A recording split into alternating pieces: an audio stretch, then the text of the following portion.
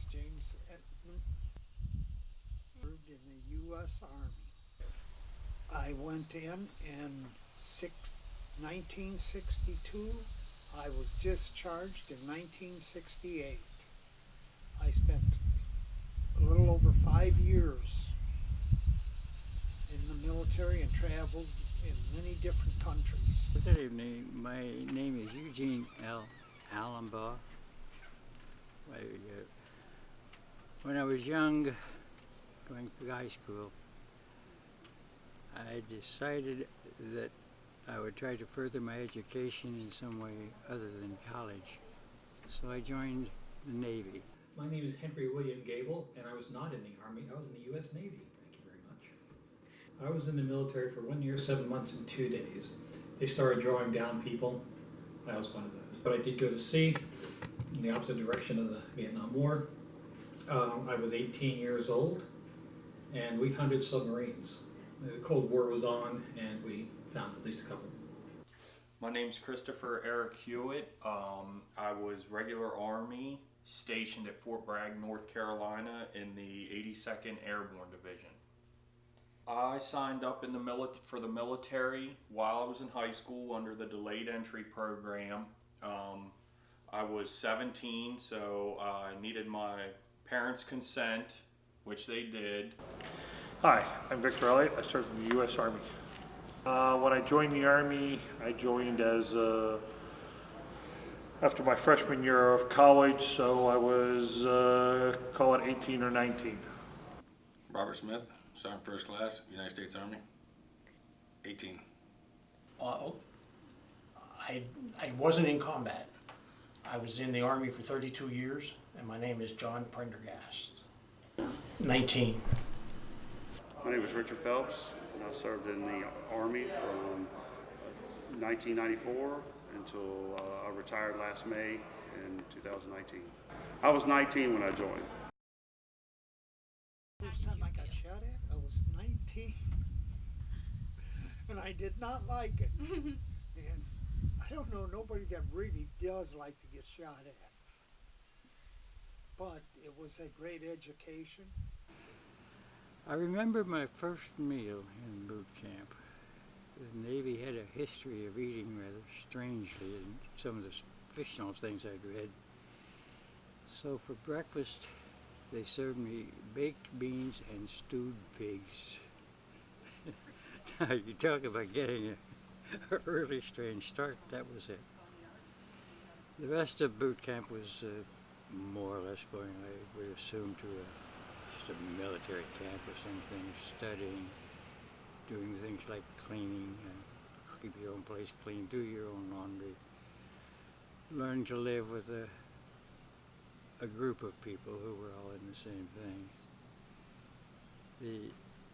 Some of the language we had to learn, for instance, stairs became a ladder, doors became a hatch, food became a chow, became chow instead of food. Clock became, rather than going tick-tock, went ding-ding and rang like ship's bells. So you learned a whole new language. I remember writing a paper once, like I said, Pygmalion, the people we went through to learn a new language for that particular branch of the service and humanity. My first feeling when I went off to service, I was proud to wear a uniform. You know, it's something I thought about as a young person. I had some relatives that were in the Army, so the first time I put a uniform on, I was very proud to put it on. A little scared to be away from home, probably the first time I'd ever been away from home. But after the first year or so, you get used to it, and you know, I served 10 years of active duty. So after that, I was good to go. I was really excited to serve my country, and I wanted to get the feeling of being away from my parents at such a young age, and I thought that was a great way to start my life and the first step into becoming a man. I wanted to get away from home. Didn't want to go to college, so the service was my first option. My dad was a Vietnam veteran, so Most of my family's been through the military.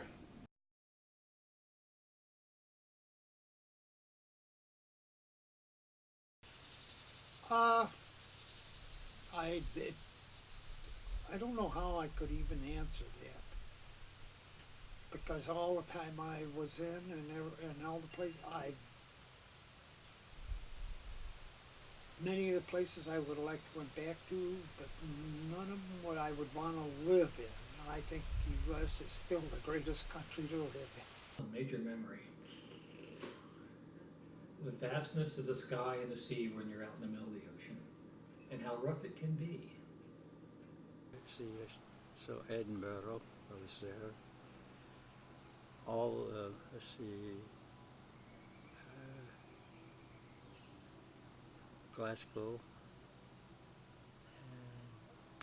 you name it, the fancy cities. There was one of them I remember particularly was the County Cork, which was in Ireland. And it is famous for housing the Blarney Stone. Now, they didn't call it the Blarney Stone, they call it the Oracle of Eloquence, because by kissing the stone, you became eloquent. I thought it was rather subtle, I never became eloquent. But it in itself is very interesting. We took a bus from County Cork. You notice they put their language backwards. It wasn't Cork County, it was County Cork. We went up the castle. One part of it was still taking. Now, I don't know if you understand the American Navy's uniform at that time, but it consisted of a pair of pants with one tiny pocket and a jumper with one shirt pocket, just all. So, of course, we carried our change and such things and in the belt the best as we could. Now, to get to this Blarney Stone, you climbed up seemed like a couple stories. And then there's a parapet with a very huge stone wall on the other side of it. 2 bars along a hole in the floor there that leads out to under that large stone. You grab the bars, you lay down at floor level, you stick out your upper part out under that stone. This is when really the excitement started, when American sailors did this, because they always had their shirt pocket, their jumper pocket full of coins, because a large amount of the Scottish money was coins. They start raining out, and as they rained out of your pocket, the little people down on the ground had a field day running out. Probably earned more money in that one trip than they'd earned in a month, judging by what some of the other people told me. But you did. You got out to hang of the bars, you stuck your head out, and the stone must have been quite powerful because, well, popular, because there was a saucer-like depression smoothed out underneath that rough stone. From there, we headed north, I believe. And remember, I'm trying to put 30 months here. That particular trip, after we left Ireland, and not that particular time, but again, making all of our measurements, we ran upon one particular place where we discovered a deepest part in the Atlantic that we'd seen. So although it was boring, we crisscrossed that place for a couple of weeks getting the actual depths. It was deep enough that our sonar, which was state of the art at that time, was only plus or minus 1%, and they decided that wasn't accurate enough. We tried to measure it by dropping a rope with a weight on it down. That didn't work because of the slope. But we still consider it was the deepest part in the ocean. From there, we went ahead across the Arctic Circle and watching the well, ran into some icebergs. In fact, literally, our sister's ship did run into an iceberg. Kind of swung into it more under props, so they had to go to England again to get it repaired while we kept messing around in the Arctic Circle. Serving with soldiers, some of the great guys we ever had. Germany, I love Germany. A major memory that sticks with me to this day was the first time I loaded an AC-130 aircraft in airborne school. That I knew when I loaded it, the only way I was getting out of it is if I parachuted out of it. It was a very surreal feeling, very scary, but I overcome my fear and exited my first aircraft successfully. Well, it's interesting now, the times that seemed to be the worst now tend to be the best stories, so it's probably the worst times that are now the funniest stories.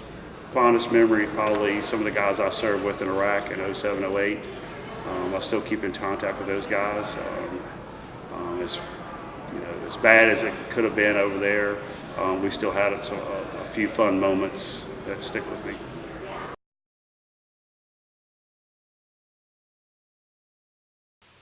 What major things I learned Yeah, in the that are still useful to you today. nothing. And that is the truth, because what I've learned, I will never use, or what I was trained for. I would never use it in any civil life. Even the people who in other branches of the service learn to, well, discipline, I'll put it that way. Not only, you learn to discipline yourself as well, behavior. No matter how hard some of the things are, like being in a heavy storm and taking 45-degree rolls, is all of it's temporary. You get past it, but you have to keep in mind that this is gonna not last but so long, no matter how hard it is. I learned communications and logistics that I still use to this day. Leadership. That's a tough one. Leadership, working with others as a team.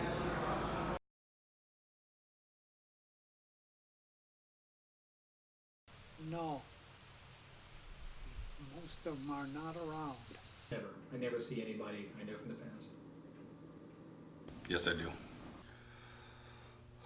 I keep in touch. It's very rare when I see somebody. I'm a very private person, so I don't really have social media a lot, and I know that's how a lot of my fellow veterans and fellow friends at Fort Bragg keep in touch, but every so often I do hear from one of them, and we engage in memories that we had and try to talk and keep in touch as often as we can. No. Some of them, not many of them live around here. I do still work with veterans at the Army Heritage Center. As years, I keep in contact with a lot of them. You form a bond with your fellow soldiers, especially as you become a leader. You form a greater bond with those folks, and they form a bond with you.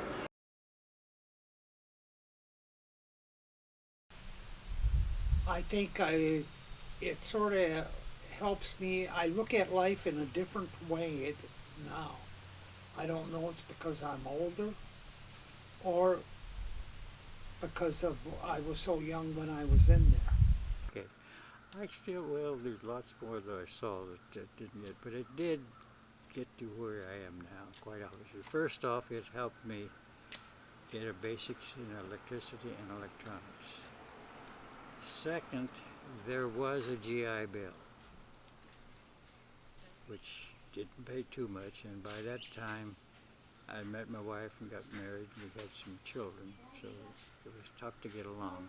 But with the GI Bill, I did manage to get some get some college education, not a complete degree, but a college education, which then took me from there, into it as a TV repairman, based on the equipment I'd seen on the Navy and the understanding of the electronics.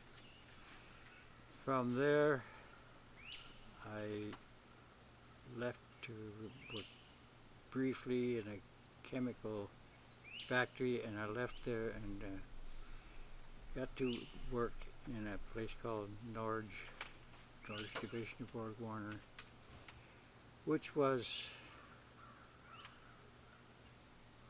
a manufacturer in our area of ranges, clothes dryers, washers, and things of this nature.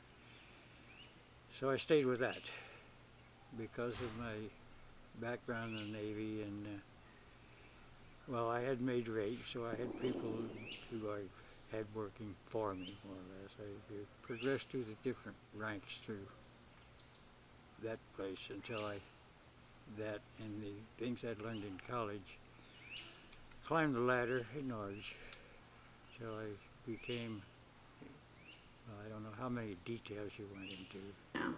Oh, absolutely. After I got out of the service, I used the GI Bill to go to college. Ended up working at the Navy Depot as a programmer. It taught me discipline. The job I have now, I have today, is all due to the military for logistics that I did in there. So that's the same thing I do right now is logistics. Yes, it did. I'm totally thankful for my experience in the military. Truthfully, made me a lot better person. How can I say? It definitely made me respect people a lot more. But it 100% affected everything after that in my life and helped me to get where I am today with that experience. Well, most definitely. Teaches you discipline, teaches you leadership, teaches you teamwork, and how to get things done and accomplished, sometimes under very austere conditions. So right now I'm a GS civilian working here at the Army Heritage Education Center. Part of the reason I'm here is because I did serve, and I'm proud to serve as an Army civilian now. So my Army career greatly helped me transition into an Army civilian job.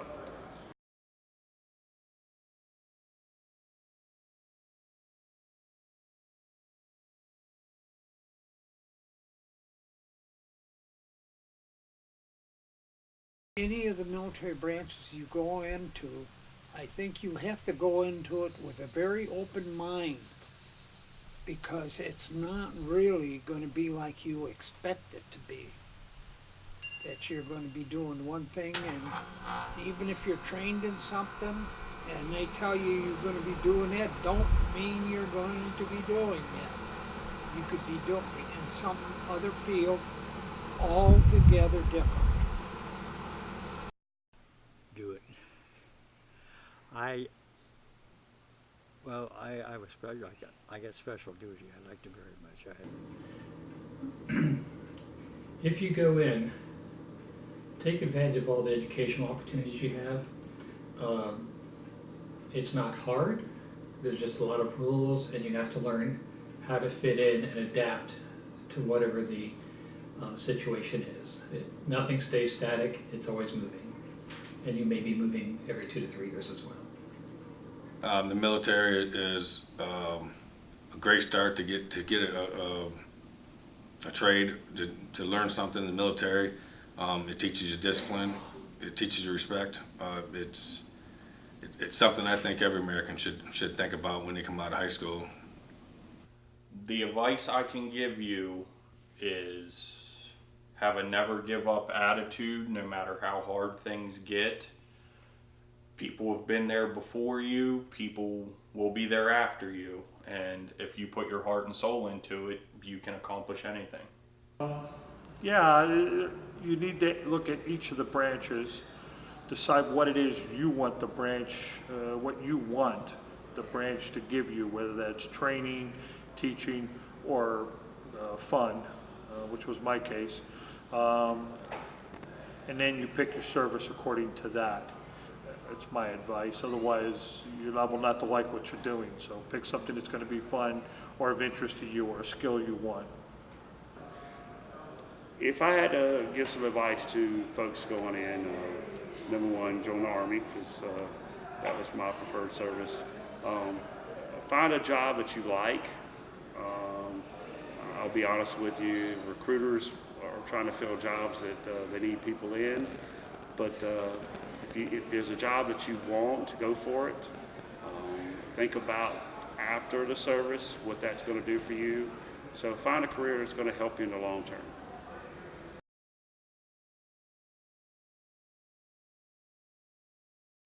And I would not trade it for anything. Oh, sure.